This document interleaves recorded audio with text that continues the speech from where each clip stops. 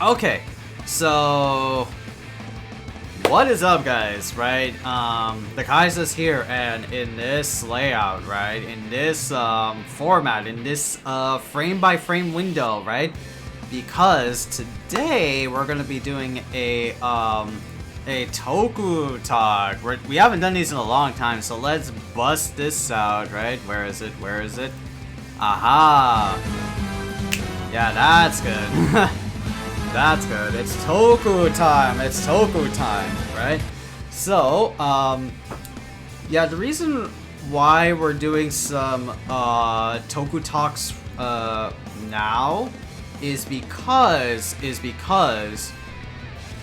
I have recently ordered a physical copy and have watched Kamen Rider Zero-One, right?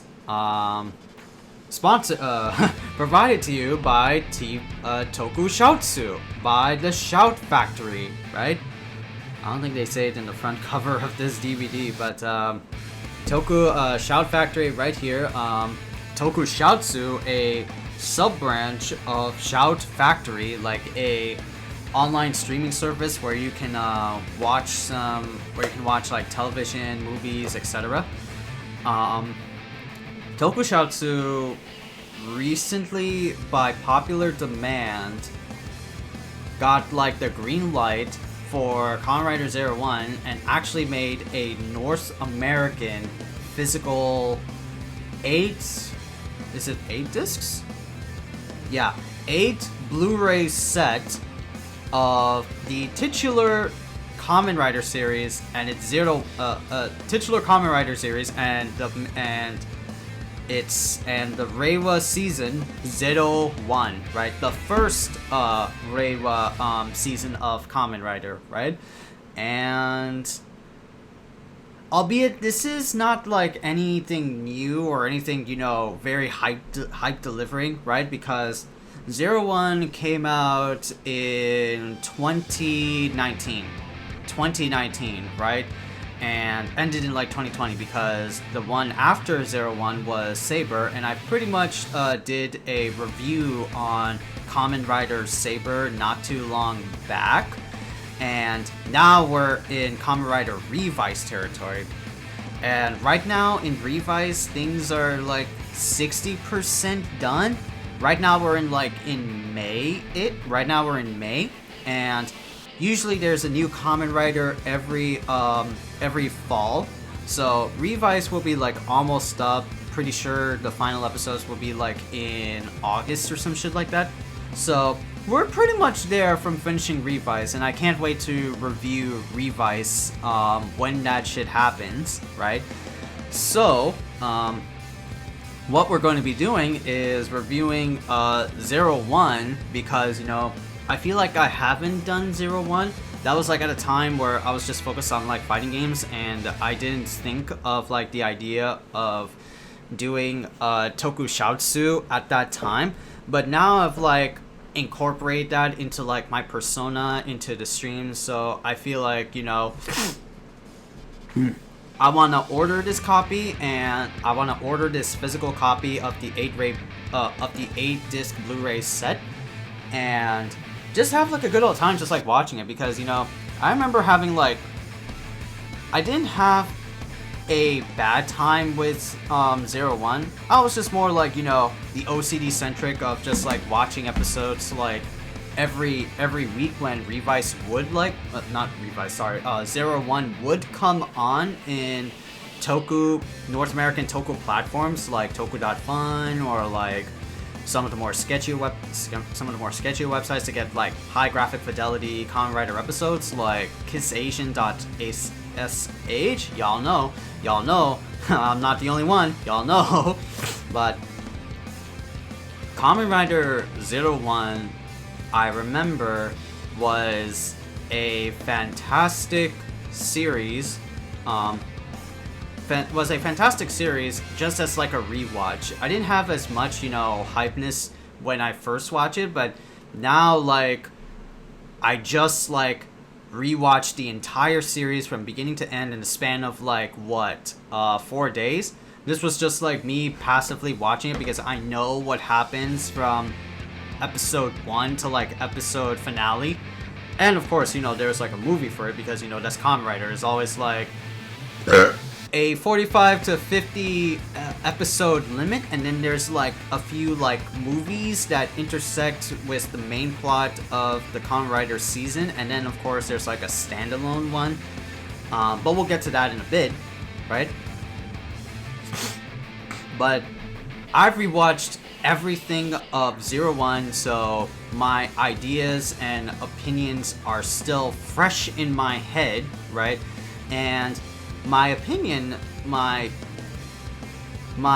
final conclusion is that Kamen Rider Zero-One is pretty much like a cool ass, fucking season, right? I want to say like a little bit better than fucking Saber ever did because, albeit again, like I talked about Saber, but the only redeemable qualities of like what's made Saber so great were like the toys and like the suit designs. Right, to an extent, right, because it gets to like the later end of the season where some suits were just like rehashes of like older suits, right? So, or older henshin transformations were just rehashes of like first episode ism ones. So that kind of like puts my review for Saber down a little bit. But Zero-One, like, I had a lot of fun just like rewatching some of the more crucial moments of the season, the emotional moments, and of course the funny bits that were going on with Zero-One, right? It was very short though, right? Comparatively speaking to a average Kamen Rider season, where Kamen Rider's seasons usually are like 49 to like 51 episodes in a season, right? Depending on like the quality and like how much how popular it is, right, to watch. But average season is about 49 to 51 episodes, and Zero-One has, well, the shortest one is Decade, right? Decade has like half the episode listing because of like, reasons. I should like look that up. But comparatively speaking, outside of Decade, Zero-One has like the least episode like listing, right? Because it's 45. And there's a reason why, because like I said, 2019, and usually Kamen Riders are usually like the start of 2019, the end of the subsequent year in like fall. 2019 to 2020 was a rough period for not just in Tokusatsu, but for all of us, because COVID-19 was just surging the entire world with like beginning cases of like positive COVID, a lot of deaths here and there in very major cities like that. People had to like go into like government lockdowns to prevent the spread of COVID-19, and that was like a lockdown for a month. And with that being said, like a month of a lockdown, that like halted everything that was concurrently going on, right? There was no Super Sentai episodes, there was no new Kamen Rider episodes, there was no new Ultraman. I'm pretty sure there's like new Ultraman, but yeah, there was like a worldwide halt of everything going on in the entertainment district, right? Movies, all that stuff. It was absolutely crazy. It was an absolutely crazy time, and a pretty disappointing time because, at that time we didn't know how to deal with the virus, but now we do, thankfully, with the help of like vaccines and social distancing and the coverings of masks, right? All that stuff. We're, slightly smarter than 2 years ago, right? I mean, of course, there's still like unmasked people, but now like there's a new mask mandate where like because of the fall of COVID cases, we can actually take off our masks and enjoy life. But I still put on masks. My mom puts on masks. We are not taking off our masks for any reason at all, unless it's like for families. So, families and to an extent friends. Who knows? But yeah, that like halted Kamen Rider Zero-One a lot because around 2020, that was like at an episode juncture where we were supposed to get like a before the season finale like movie that ties in with the plot, but not really. And so that was saved after the season finale because of that 1 month halt. And scheduling and production and story scripts were like changed around a lot for Zero-One. Like I remember certain factoids and certain sites that like a certain arc in Zero-One was supposed to like go on for much longer than usual without what the hell? Discord.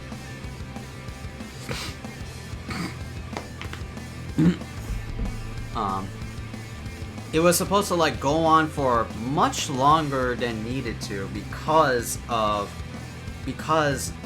you know how production works, but it was definitely shortened because of COVID, right? And you know everything has to be like rush paced, everything has to like be figured out here and there. But you know what? I like this like change of pace a little bit more, right? At least like I feel Zero-One is, you know, authentic to what it's doing with like the story and the narrative that is Zero-One. And Zero-One is, by synopsis, you know, the next Kamen Rider season, right? You know, after the end of Heisei, which is Zio, the new generation hero is... The theming is all about, you know, humans and technology, or in this case, like AI, and their artificial intelligence is Humagears, human and gears, right? So they jumbled that together and called it Humagear. And the core themes of what like the main hero is like striving for is like, you know, human gears are like treated not as just like, you know, tools for like someone's like, you know, benefit, which is like a main thing for another character, but human gears are like actual people. It's like a whole fucking story about how you can treat like robots and like AI. Like it's kind of like, you know, what is it, iRobot, or, you know, Detroit Become Human, right? Those types of fictional universes, right?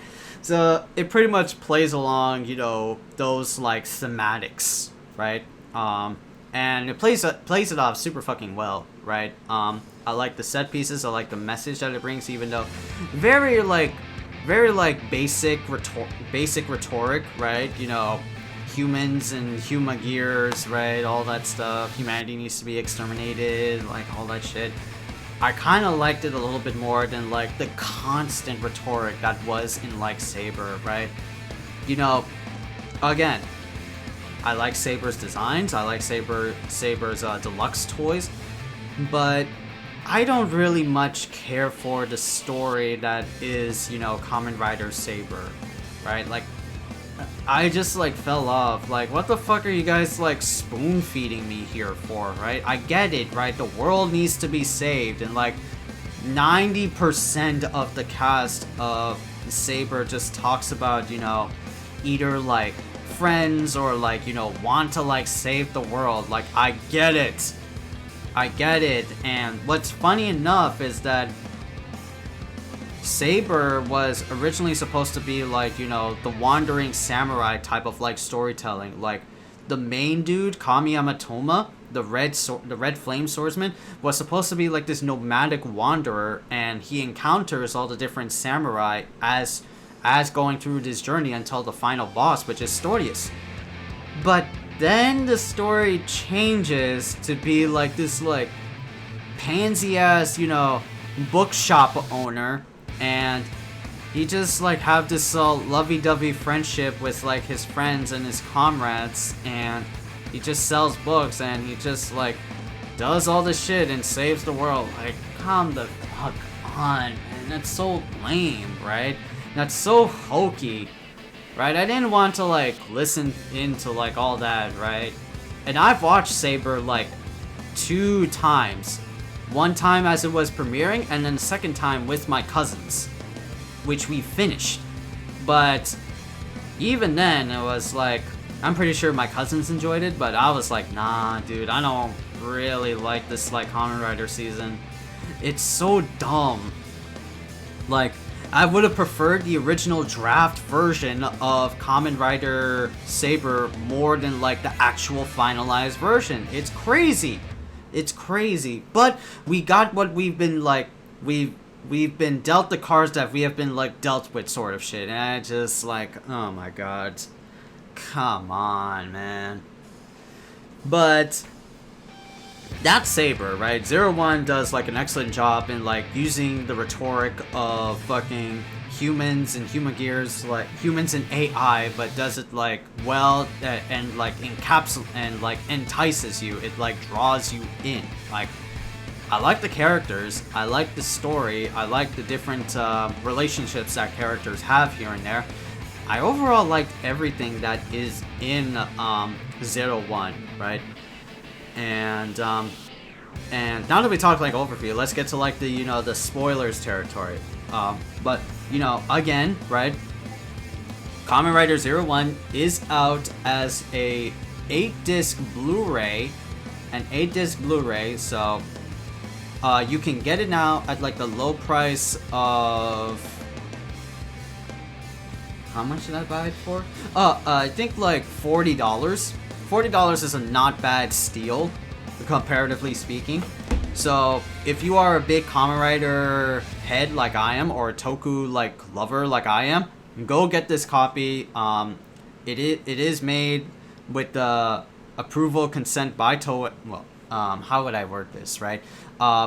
Tokusatsu asked for, like, the blessing of Toei, and with their permission got Kamen Rider Zero-One, and I don't know the exact details, I'm just, like, making that stuff up, but through, like, both of those guys' blessing, we got, like, a North American release of a Kamen Rider series that we can physically put on, like, a disc drive and just watch. And watch I did. But go ahead and buy it if you are a fan of Kamen Rider or Tokusatsu in general, right? So, the story begins with Aruto Hiden, right? Hiden Aruto. He is the main guy and the poster child for Kamen Rider Zero-One, and he transforms into Kamen Rider Zero-One, obviously, right? Hiden Aruto is the grandson of Hiden Koronosuke, who runs Hiden Intelligence, and a technology firm company that is responsible for making Huma Gears, artificial intelligence AI. Damn, mom just, like, came in and said, like, dinner will be ready in 10 minutes. Alright, we're gonna have to, like, make, like, segments of... We'll have to, like, make segments of the review because I had to, like, go on break. But I could, like, leave the music on, right? That's good. What was it? Oh, yeah. Hiden Aruto is the grandson of Hiden Koronosuke, the technology firm company that is in charge of making the Huma Gears. Robots and humans mixed together, so kind of like androids with artificial intelligence, right? Hiden Koronosuke passes away, right? He has died, and he left his will, and the one who will be the next president of Hiden Intelligence is the try-hard comedian grandson of his, Hiden Aruto. And through some events, right, you know, through fatal encounters with some bad AI, right, Hiden Aruto becomes Zero-One and is the youngest president of Hiden Intelligence. So, you know, not a bad start. We are introduced to like characters. We are introduced to side characters, main girl for a Kamen Rider, right?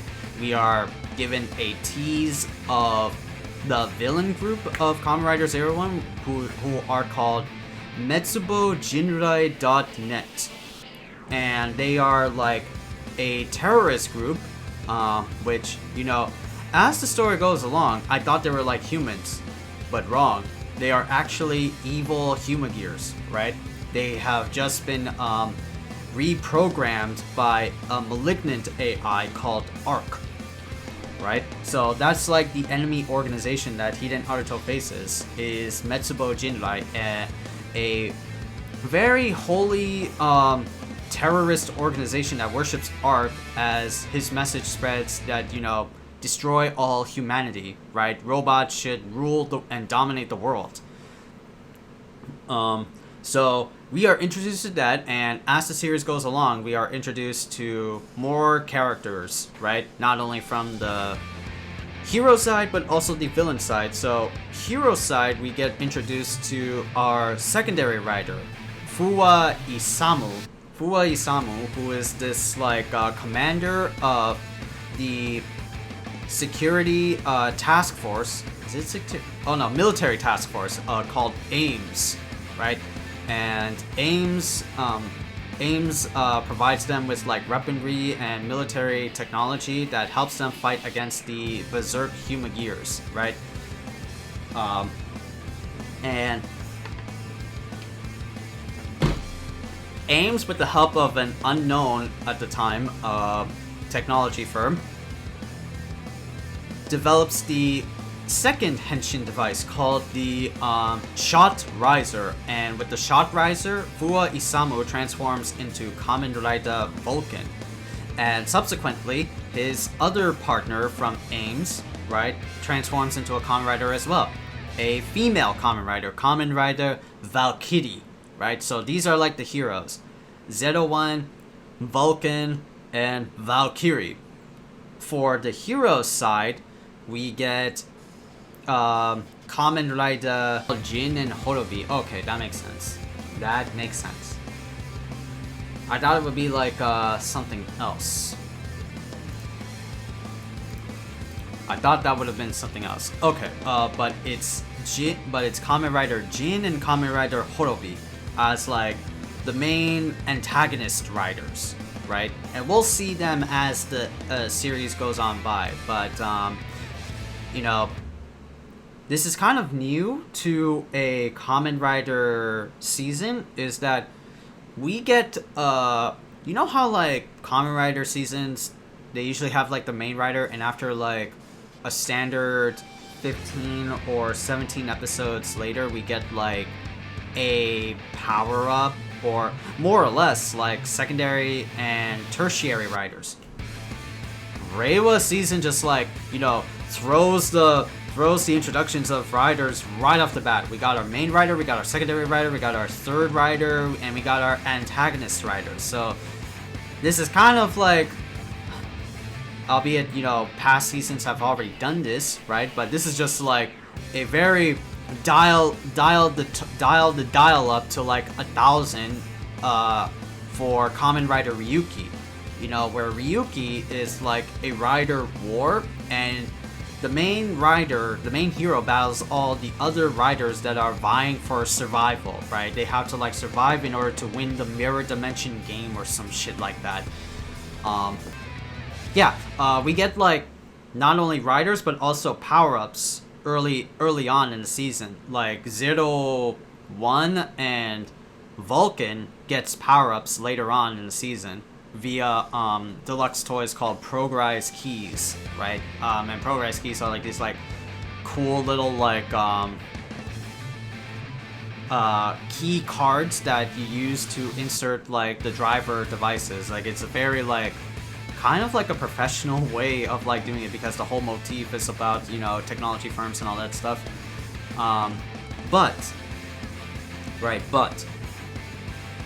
They get their power-ups early on. Zero-One gets access to like two power-up forms, which is Shining Hopper and then Shining Assault Hopper, with the latter, you know, merging the satellites that govern AIs, right?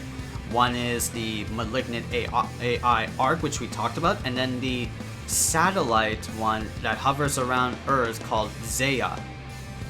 Zaya was the one that was like launched into space, while Ark was the one that was, you know, through like past incidents like the Daybreak Town incident that rampant AIs were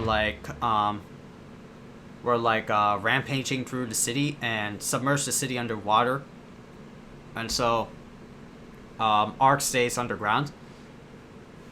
Shining Assault Hopper is like the combination of both Zaya and Ark together to form Shining Assault Hopper, right?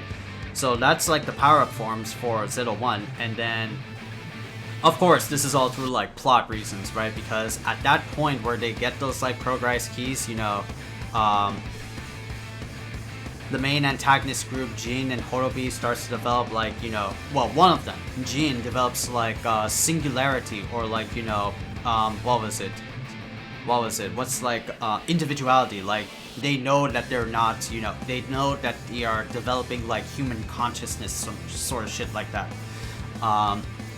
And so Jin develops like human attributes and is like, okay, I see you kind of killed my friend Horobi in a battle, so I'm gonna go rampage however the fuck I want, because that's Metsubo Jinrai's dogma, their creed.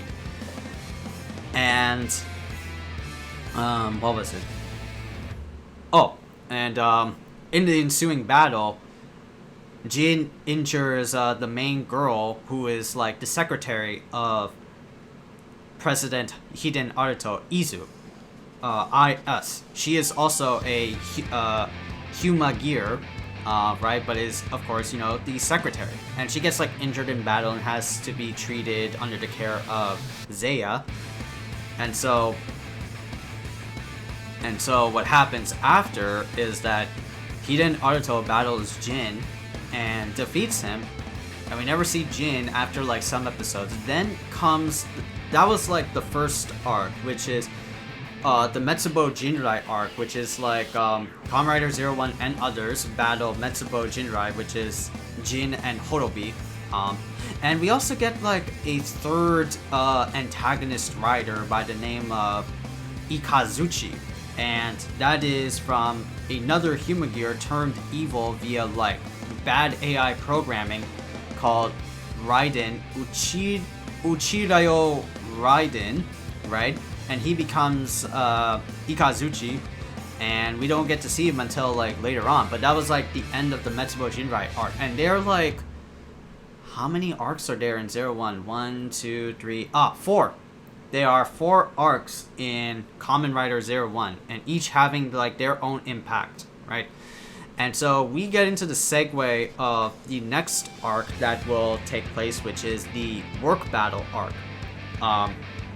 And that is between Hiden Aruto, Hiden Intelligence versus Zaya Enterprise via the president of Zaya Enterprise, Guy Amatsu, who has been like this secret benefactor of the AIM's devices and is the boss of the Valkyrie, Yua Yaiba, and she has like mixed feelings, of course, being under his workplace. I'm sorry, sorry. Why did I say he? And so Guy Amatsu announces that he plans to do a takeover / buyout of Hiden Intelligence, and what that ensues is a five-way rounds of Zaya versus Hiden over qualities of being like, you know, a president, which really plays off really well, right? Because, you know, Hiden Aruto is like a young president, but an experienced president, so he doesn't know how the fuck to do like decorums, how to act properly as like a president. And Guy Amatsu, albeit, you know, for better or worse, is like, how should a president act? But we'll see, like, he's a very scumlord villain. right? He'll do anything to keep his reputation's image like intact, right? A president is a president for these like qualities of life things, right? Scumlord, but yes, they're there. And so the first battle was flower arrangement. Second battle is selling houses. Third is trials. Third is trials or legal disputes. Fourth is firefighting. And then the final battle is, public representation, like voting. Right. Oh, I forgot. Vulcan also has the power-up form, which is Assault Wolf. That's what Ark made. That's what Ark made to originally be in tandem with the Force Riser, which is what the driver devices use for Kamen Rider Jin and Kamen Rider Horobi. But Vulcan being like, the ruffian badass he is. I mean, he is a ruffian because, he originally hates all, like, AI because of, like, the traumatizing past that he holds. But he sort of has, like, this, like, comedic soft spot for the main rider. He is a tough as nails dude. He is a very chill dude. But loves the gags, the lame-ass gags that main rider Naruto announces every once in a while. And that's a show by Naruto ja Naito. And he has to like contain his laughter because he can't, show his like inner embarrassing side. Right? That's the comedic relief. What was it? Oh yeah. So Assault Wolf, that's like his second power-up form. By the trial 2-part episode, we get another power-up form, and that is for Zero-One, and that is a Berserk form, which is Metal Cluster Hopper. And I gotta say, right, I kind of hate this fucking trope of Berserk forms in Kamen Rider seasons. I feel like I've seen these like so goddamn many times in Kamen Rider where like you get this like ominous fucking device that powers up the Kamen Rider to power levels beyond comprehension, but loses all of his morality and sanity at the cost of power. I mean, that's like the whole motif behind Kamen Rider, is that you become a hero of Japan, but at the cost of losing something very near and dear important to you, right? That's always been that way. And so, Berserk forms I really don't like because, I wish they would have like a Kamen Rider season where the character controls his powers and evolve through like character progression. But no, every character has to be like flawed and have like a sort of inhibition that lets them be easily controlled and let goes all of their inhibitions and just fucking cut loose. For the worst of it, that's what like Berserk form is like you just go nuts. You lose sight of what things are. But of course that's remedied with like, as Kamen Rider, as Super Sentai, there's always like a new toy that helps the main rider out in controlling their powers, and that's like the Progrise Hopper Blade. Yeah, that's the Metal Cluster Hopper Blade, which he uses to control his powers, and the Metal Cluster is a transformation device that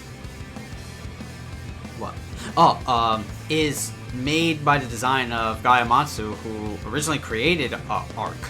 Kind of like a weird like plot hole there, which that doesn't make any sense because Ark was made, before, but, Gayamatsu was living, like, longer, so I would be wrong. And so, Gayamatsu devises the Metal Cluster Hopper, but Izu, with the help of Human Gear friends and allies that Hiden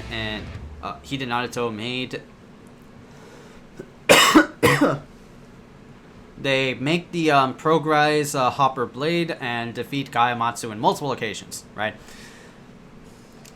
And by the time we got to the public vote dispute battle between Zaya and Hiden, we also get another power-up form for Vulcan, which is Rampage Vulcan, and that is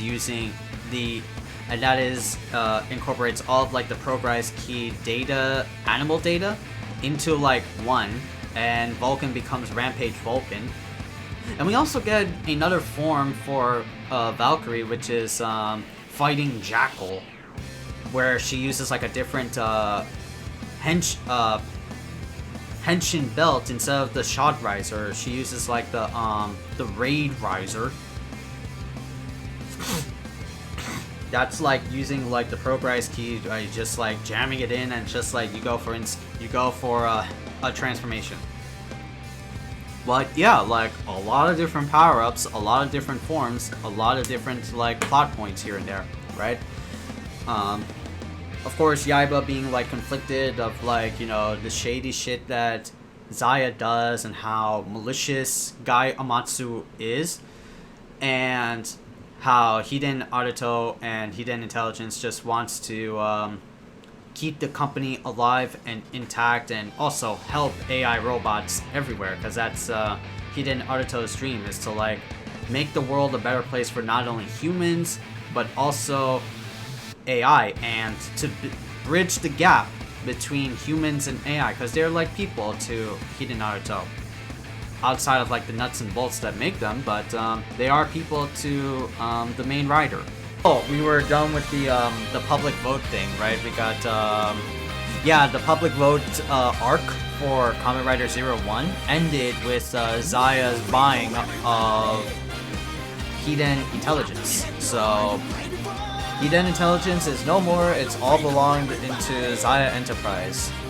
But then comes the next arc of Zero-One, which is where Hiden Aruto, after being, you know, fired and, you know, Hiden being brought up by Zaya, he makes his own company called Hiden Manufacturing, because with Zaya's whole shtick, or Gaiamatsu's whole beef, is that he wants to make the buyout, and in doing so, he wants to like terminate all of Humagears and make way for his own inventions, which is like the Zaya spec, which is kind of like these like smartphone headbuds like sort of thing, where like connects with your like your laptop with your glasses, and you like connect to the whole World Wide Web or some shit like that. So he orders for all of the Humagears to be like shut down, but you know, Hiden Aruto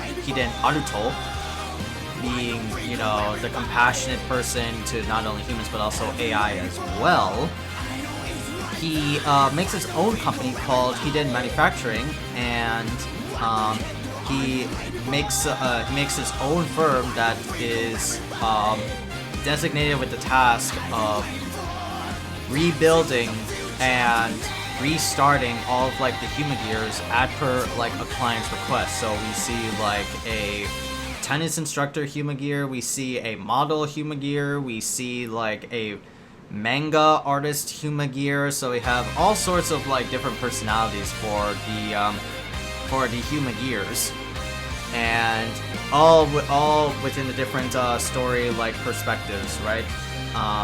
You know, Zaya trying to like hunt down any Humagear that is being restarted. Yaiba's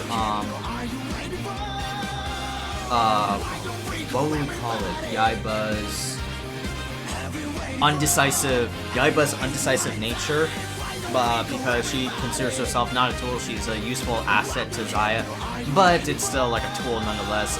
Fua dealing with like a hidden plot point personality that he has like an embedded chip in his brain that lies the consciousness of a Humagear named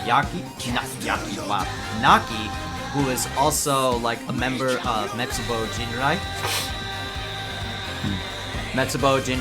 and then we also have Jin, who supposedly comes back in a new form, and in the new look and in the new personality, right? He's now burning Jin with the burning Falcon armor, and Horobi comes back. Horobi comes back via plot points here and there, right? And so Heated Manufacturing just like is like the culmination of like just everything like coming together until like the next final arc of Zero-One, which is the Ark Saga. You know, now that Metsubo Jinrai has been fully assembled with the revived Naki and the revived Ikazuchi and the revived Jin, now we also have Horobi, and with them back online, they resurrect Ark, which is like, you know, their messiah, and Ark kinda it, you know, it's funny. Ark is voiced by the VA who did Sosuke Aizen for Bleach, so, and in a public statement or in an interview that the VA for Sosuke Aizen did say that he loves the villainous role, so Ark being like, you know, a very calculative, malignant AI that everything is predicted under his will. You know, it kind of makes sense that like the VA is Aizen from Bleach, right? Like things like kind of like line up together here and there, you know. So Ark is restored. Well, restored / resurrected if you want to toss a coin on the matter. And did I miss anything from Heating Manufacturing Arc? Oh, no, I don't think so. Right? Well, I guess like Horobi has like a character arc because Horobi's first design before being inducted into Metsubo Jinrai was that he was like a father type Humagear, you know, like a caregiver with a fatherly role in mind, and so he would always have these like pause like moments that like, why am I saving Jin, or why do I feel this way for Jin? I'm sort of like conflicted with like how I roll with Ark nowadays, right? Because I have these conflicting emotions, and that's what happens in like some points for Horobi's like arc. Once we get to like the Ark Saga, oh yeah, I forgot about this plot point of the Hidden Manufacturing arc. Yua Yaiba defects from Zaya Enterprise because of all the fucked up shit that Guy Amatsu did to Yaiba and Fuwa Isamu for, you know, just fucking up with their heads, and decides that like, oh, okay, I'm sick of this guy's shit. I'm not gonna take this anymore. Fuwa, we take out our brains, take out the chips in our brains, and let's bounce, right? Oh no, they don't take out their brains, right? Yaiba takes out the chip that's inside Fuwa Isamu that houses Naki, and with the chip it resurrected Naki, and Naki spills the beans on Isamu's origin story. Is that well then again, Guy Amatsu did spill the beans first about Fuwa's origins. Is that he was supposed to have like this tragic backstory of the Daybreak incident with Humagears, like killing his parents and everything, but that was all fabricated by Guy Amatsu, and he did that so that he could like have control over his like subjects and have total like domination. And so Fuwa Isamu just like lives a normal life with his normal ass family, his father, his mother, he has a little brother or some shit like that, but he decides not to like interact with them because, you know, it's embarrassing. It's like, I haven't been with him this whole time, you know, sort of shit. But he completely had like a normal life. He didn't have this like very tragic story about him, you know?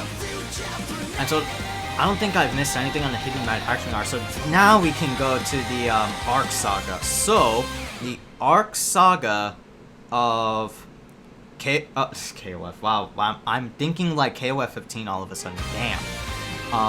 So the Ark Saga of Zero-One is like considered the last arc and was like, it was kind of like a random notice on the fly for Zero-One's production because of, you know, the COVID-19 situation and how things are like kind of like worked around, because originally the workplace saga was supposed to take longer from what I've heard reports about, and then there wasn't supposed to be like a hidden manufacturing or something like that, or a Ark Saga. Well, the Ark Saga was considered in mine, but I don't think there was like a hidden manufacturing arc. But regardless, Zero-One is Zero-One the way it is in terms of like arcs and like episode structure. So now we get to like the Ark Saga, and Ark has been revived, thankfully via the lookalike of Ease, who is named Oz, and is like the personal assistant to Ark, and tries to go around gathering malice so that Ark can be revived many times, and Ark has done so in the first time. Ark has done so this time with the help of like, you know, specialized toys that helps with the revival sequence, right? And Ark just completely decimates like the entire squad, the hero squad and the chaotic neutral squad that is, you know, Guy, Amatsu, and Zaya Enterprise, right? Naki gets a new form via Ark, and Ikazuchi returns in a new look, same form but in a new look, and Ark is like this like very manipulative force that predicts everything and just lays waste to the heroes' battles, and is so far seen as an almighty force. No one can like stop him, right? Until a very semi-concluding episode where Hiden Aruto gets like a new form which is called Zero-Two, and I gotta say, every Kamen Rider has like a final form to them, right? You know, all the way back to like the Heisei era with like Kuga Almighty or some shit like that. I don't remember, Kuga Strong or Kuga Amazing. There's always been like a final form, and it's like, I think it's like Phase 2, where like Phase 2 Kamen Rider final forms are always like this very generic piece of armor, like they're either like gold or silver or white, which is like a culmination of like all the experiences that the Kamen Rider has been through, right? There are some like color exceptions like W and Drive, and there's also Gaim because he's like an all-white like shogun. But most of the time they're just like a culmination of all the different aspects that makes the Kamen Rider a Kamen Rider, all the different power-ups and stuff like that. So it's like the final form. In Zero-One, they tried to do things a little bit different. So Zero-One is like the base form that you see, but the final form, which is Zero-Two, is like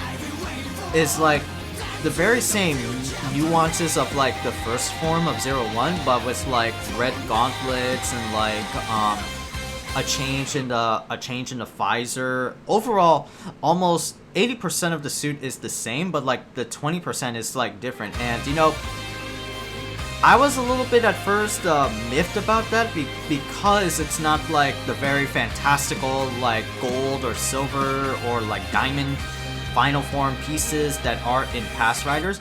But you know, after looking at it now, after like rewatching it, I kind of like this like new form because, you know, it makes sense, right? It makes sense because Zero-One has always been Zero-One. This is a Zero-One. The Zero-One driver has been handed down from Aruto's grandfather to him, and he's always been Zero-One. He never like branched out and became his own man until like the hidden manufacturing, and with the arrival of Ark, he starts to like, you know, believe in himself and has like the limitless potential to go towards your dream, leap towards your dream. And with that phrasing in mind, Hiden Naruto leaps towards his dream of companionship between humans and AI and crafts, with the help of the satellite Zeia, the Zero-Two Progress Key and the Zero-Two Driver, and Hiden Naruto becomes Kamen Rider Zero-Two. And it's such a good form because, like, again, 80% the same but 20% new. And a distinct feature that Kamen Rider Zero-Two has is that he has a 0 and a 2, at the neck, kind of like a tie / corsage type of thing to he is the president. He is the new president. He is like a new man, right? The new rider, right? And that's pretty awesome, right? Not only is it accompanied by a badass suit, not only is it accompanied with Hiden Naruto's new resolve, right? It is also accompanied by the badass theme that you guys are listening to right now. This is called Now Is the Right Time. And it's so goddamn badass as an insert theme.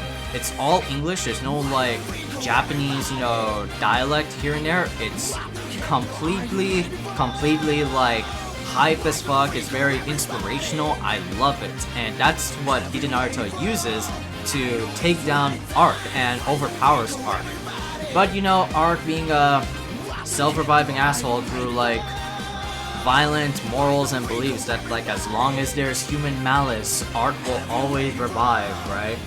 And so with the unlikely help of Horobi, Hiden Naruto takes down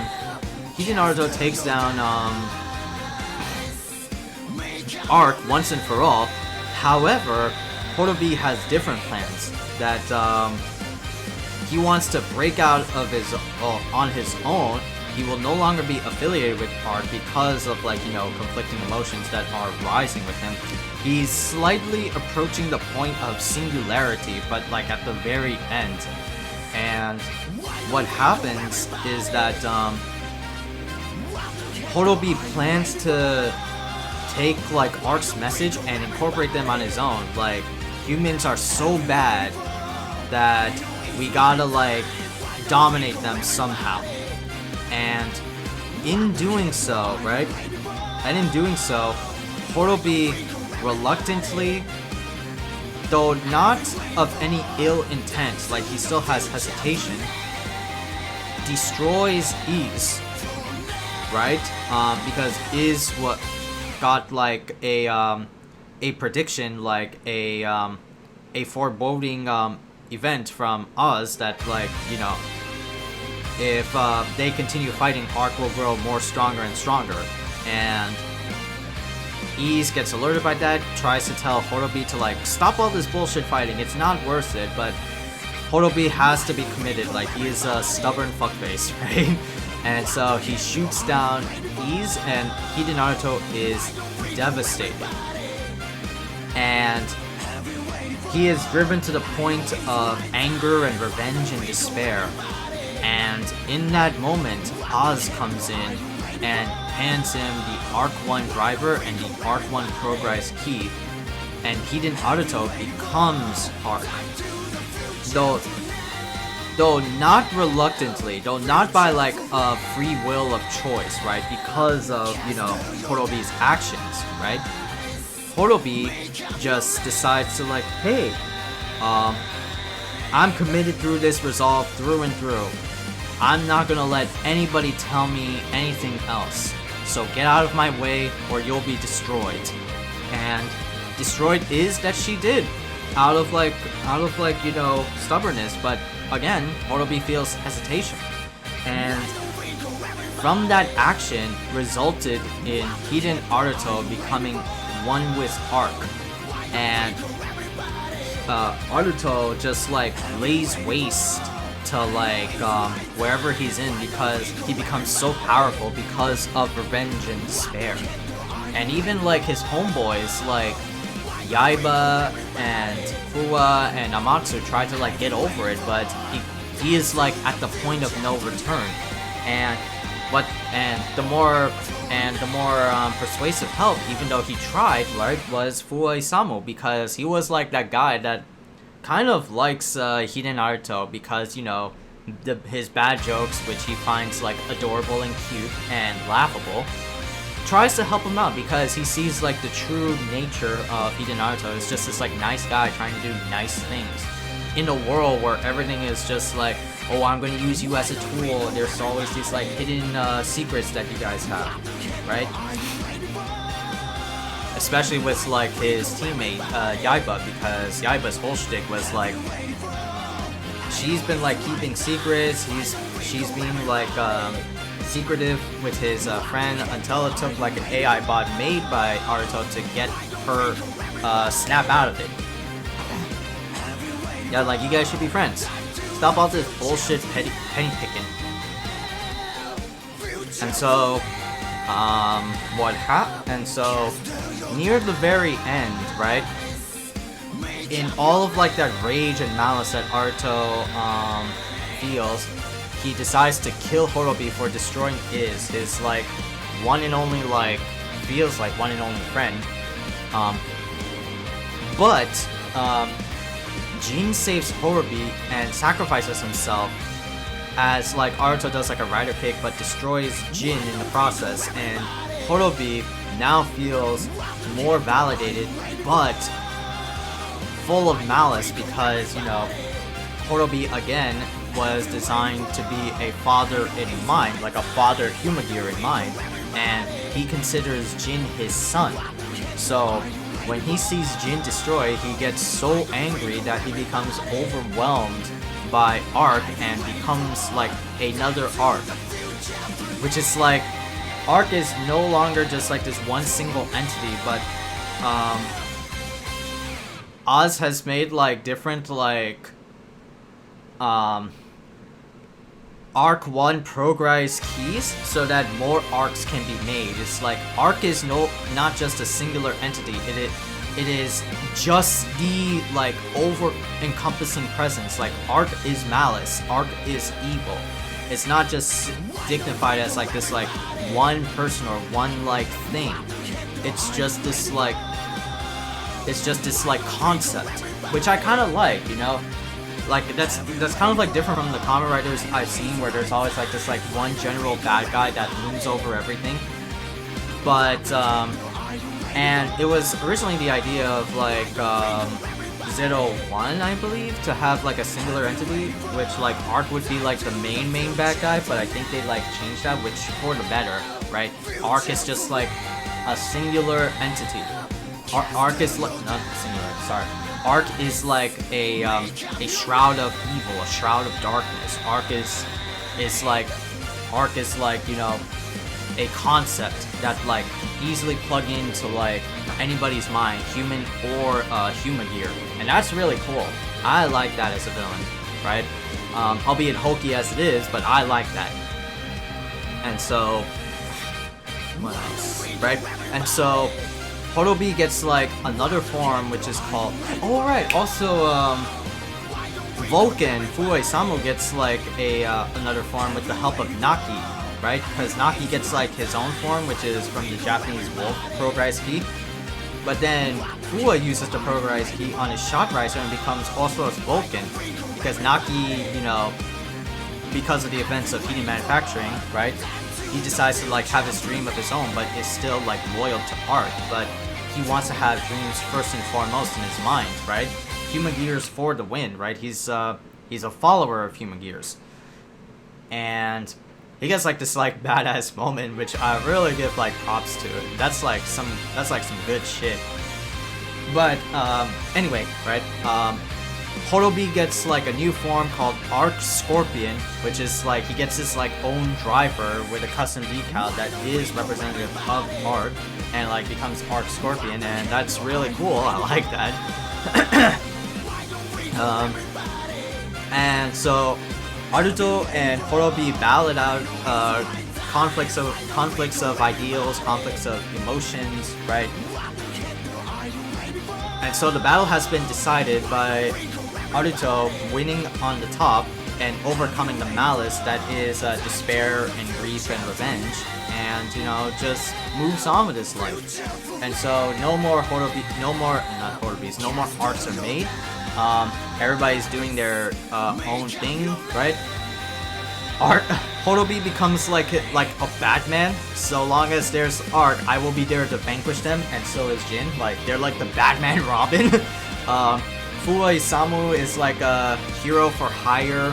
Like, he's like a Kamen Rider, just goes on the prowl anywhere. Yaiba is the captain of Ames now, and the new recruit that they show off for Yaiba is Naki. And then Gaiamatsu launches his own thing. Oh yeah, and Gaiamatsu has his own redemption arc because like he's shown as like this mega dickhead villain, but is shown to be like, oh, I like hidden intelligence, right? I don't really hate it as much. I just like it to a degree that I want this shit for myself. But with the help of his robotic AI dog and the AI pal that Hiden Naruto made, he comes around and like apologizes for all the shit that he done, right? And so after like the finale, Gaiamatsu starts his own Zaya enterprise, maybe like Zaya Manufacturing, and Hiden Naruto goes back to the way it was, except Izu. But you know, AI is the whole like motif or theme behind like these human gears is that it doesn't matter if this human gear is gone, he or she is a robot, so you could just like rebuild it back. But no, the whole point of the show is that you want to drive home the emotions, the bonds that you made with your AI, and that's like what's most important for Hiden Naruto, right? And so rebuilds back what was it? Izu? He rebuilds back Izu and teaches her all of like how to be human from start to finish, from step one, teaching her all of like her like jokes, her bad jokes, comedy routine, and that's the end of the series, right? But then we have the movie called Zero-One Real Time, which is funny because the name is actually a reference to the opening song of Zero-One, Real Eyes. Is it Real Eyes? No. Is it Real Eyes or Real Time? What does it say? Includes the episodes and the movie. Oh, Real Time. Okay, I was right the first time. Real Time. Why did I think Realize? Oh, because they sound so similar. So they added the movie Real Time, and that's like the epilogue, considered like the epilogue movie at the juncture of Zero-One's timeline, right? Because after like the finale, they show like a cliffhanger of the next arc, which is like this person called Eden, and becomes Kamen Rider Eden, and his whole shtick is that he's a human who was originally like a nanomachines manufacturer for hidden intelligence, but then because of Ark shenanigans, right, Eden tried to save his like wife, who he inserted nanomachines to help save her life, but then it all failed because of like Ark at the time, at the moment, right? And so Eden becomes like the self-proclaimed savior and leader of paradise, and plans like the world's destruction, like countdown to paradise will be 60 minutes. And so everybody in the movie is like scrambling to thwart this threat that is Kamen Rider Eden. But then with the help of Hiden Naruto through like trial and error, and you know, got like a movie exclusive form which is called Hell Rising Hopper, where like he's so frustrated of like losing and like, you know, can't save everyone, gets access to that extra berserk form. But with the help of Izu technically regaining her memories and saving the world, and thwarting Eden, and also there's the other secret film which is called Kamen Rider Lucifer, kind of like one of those like drones that follow Eden's like cult. Naruto and Eden thwarted Lucifer's plans, to enter quote-unquote paradise and ends the movie. Everybody else gets their moment, right? Batman, Robin get their moment. Azu going around here and there. Yeah, that's pretty much it. Oh yeah, there's also like yeah, there's so much shit goes on with like these new Kamen Riders. It's insane. I guess it's just like, you know, budget and like fan popular demand. There's also this is not in the Blu-ray collection, by the way, chat. This is outside, right? So Zero-One had like epilogue TV specials, right? V Cinema Next, and you know, V Cinema Next are like these very well, not gory, but very like bloody and violent versions of the Kamen Rider shows. And this one and Zero-One depicts like two TV specials. One is Metsubo Jinrai, and the other is Zero-One Others, Valkyrie and Vulcan. So the first one takes place like Metsubo Jinrai takes place after the series finale, season finale, and follows the actions of, you know, Jin, Horobi, Ikazuchi, and Naki. But then you have like this evil dick-faced villain, of course, corporate asshole, Lloyd Yorkland. He's like a business tycoon from Zaya Enterprise in America, and creates his own militaristic faction of AI human gears, and plans to seize Metsubo Jinrai and is in league with Oz, but then Lloyd betrays Oz by shooting her in the head, shooting her in the chest, and Oz is no more, which is very weird because she's like a physical entity, but not at the same time, because she's just like walks around in like black clothes and all that shit. Excuse me. And so Metsubo Jinrai is forced to like come together as one through like a global like network.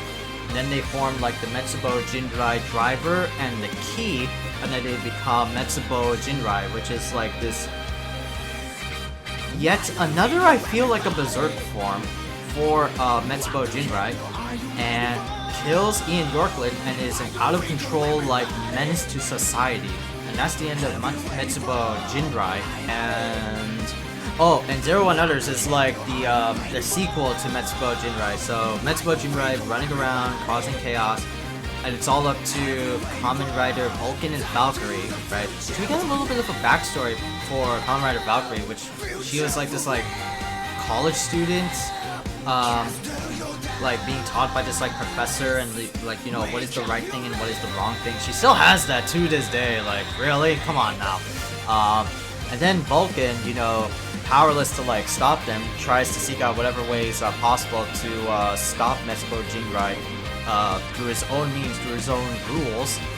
And so with the help of Iz and Aruto, who at that time is working on a space program on Zaya, sends him a Zero-One driver and a specialized key called, what was it, Lone Wolf Vulcan. And so he gets a new power, and defeats Metsubo Jinrai at the cost of his own life, right? So, you know, that's kind of dark, right? He did Naruto in space, but his best friend dies, his human gear friends die, which is Metsubo Jinrai, and the only one that's left alive is Yua Yaiba. Like, what the fuck? That's some dark shit.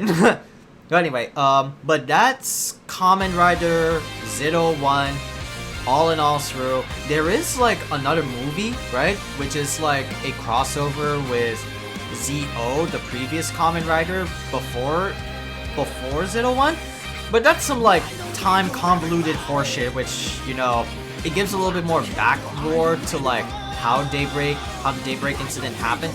But I'm not gonna go over that. This is some like time bullshit. I'm not gonna go over that, you know? It's stupid. It's fucking crazy. Anything with time is cool, but it doesn't make any sense. But yeah, like, I give this season a solid, like... What's my favorite Kamen Rider season? I like Den-O, though at the very end it's very questionable. I like W. Is not only in terms of like toy designs or anything, but also just overall, right? That makes up of like everything. So W, Den-O are like considered my favorites.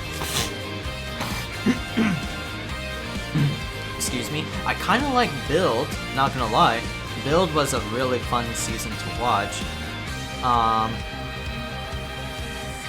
I would consider Kamen Rider Zero-One like a 9 out of 10. It isn't like a 10 out of 10 like how I feel for Kamen Rider W, because I love like detective shit, and detective shit really pays off well. But it is a really solid season, right? Albeit, you know, COVID really, you know, fucked them over, because that's kind of like the sad reality of it. But thankfully, the COVID like halt made them a little bit stronger, I feel, with all of these like different changes, right? With the final form and like the final arc being like, you know, Arto and Horobi fighting it out as like hosts of Ark, though both are reluctant and very hesitant, but it really pays off very well. Like I feel that a lot more than just like all of the riders facing just Ark. Like that would have been very like typical and a very standard rhetoric of Kamen Riders. But yeah, I feel like it pays off well.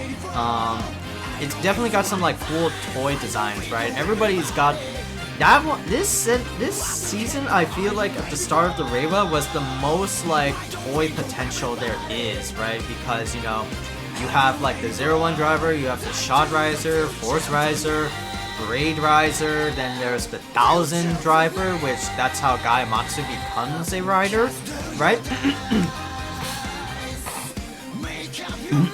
Then you have like the Eden driver, the Lucifer driver, the Metsubo Jinrai driver, like so much like toy merchandise. So I feel like Kamen Rider Zero-One really profited off very well, right?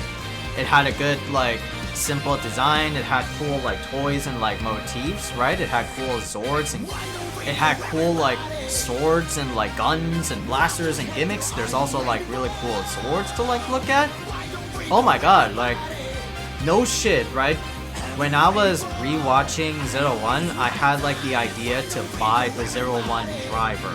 However, right, if I look at like Amazon right now, it's not there yet, right?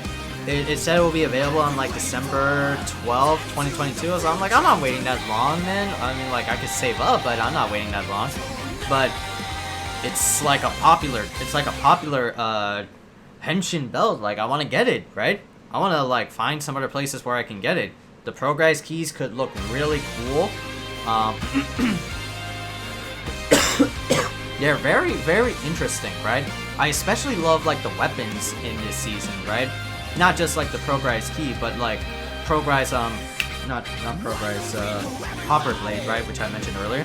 But like the they have like Horobi uses like a suitcase, right? That was like the whole gimmick from the introduction of Zero-One, which is like Zero-One was like this like President Kamen Rider, and he would have like a suitcase, and the suitcase would transform into like a shotgun, a sword, a crossbow. Like, that's very interesting. Holy shit. Oh, and there's also the Slash Riser, which is also a modification of the Shot Riser. So a lot of toys came out this season, and it was very awesome, like, to look at, right? It's so goddamn cool looking. Like, I want to, like, get them, but I don't know if they're available, or I want to get, like, the driver first, and then get, like, the keys and whatnot, because it'll be hard. And, like, I saw, like, on Amazon, the Shot Riser is, like, $150. Oh, no. I'm trying to be a good boy with saving money. I'm saving money for my, PC, so no thank you. But yeah, that's like the Kamen Rider Zero-One series in a nutshell, right? It was a very fun series, a 9 out of 10 series. Very cool suit designs for the Kamen Riders. Very grungy look for the Force Riser Kamen Riders.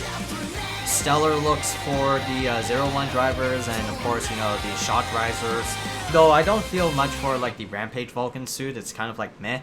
But I do like the Lone Wolf, I like the Several Tiger. Several Tiger is the upgraded form of Valkyrie. But yeah, man, I just love everything about Zero-One. Yeah, man, it's kind of like one of my favorite seasons now, not gonna lie. Again, I was like at first miffed by it, but damn, it was really fun to watch. Yeah, so again, right? If you are a fan of Kamen Rider, if you love Tokusatsu, right? I recommend you go get the Kamen Rider Zero-One Blu-ray 8-disc set, all for like $40 on Amazon. It's a very cheap steal. You can go get it while they're still available. A fantastic series from beginning to end. Kind of like one of my favorite series, you know. I can't believe, like, you know, this is after Zio, which I thought Zio was pretty cool because it's like Heisei memorabilia, because it's like 20 years of Heisei Generation Riders. But the story was lackluster. It had a good premise, but then it just fell the fuck apart. And then after Zero-One was another lackluster story. Good suit designs, but damn, the story was bitch-ass basic. I hate that. I hate that, man. I wish it was the Lone Warrior draft story of Saber, man. I hate that. But anyway, yeah, that's Saber. Go watch it, go buy it. It's available on like Pluto if you have Amazon Roku. Amazon Roku if you have that. And it's available on Tokusatsu. You can also access it via online via Pluto.com, so you can watch everything of Zero-One from beginning to end, outside of like the shooting specials, the clip shows, and all that stuff. Because clip shows are always like everywhere. I despise clip shows because they're just like filler plots. We already know this stuff. Anyway.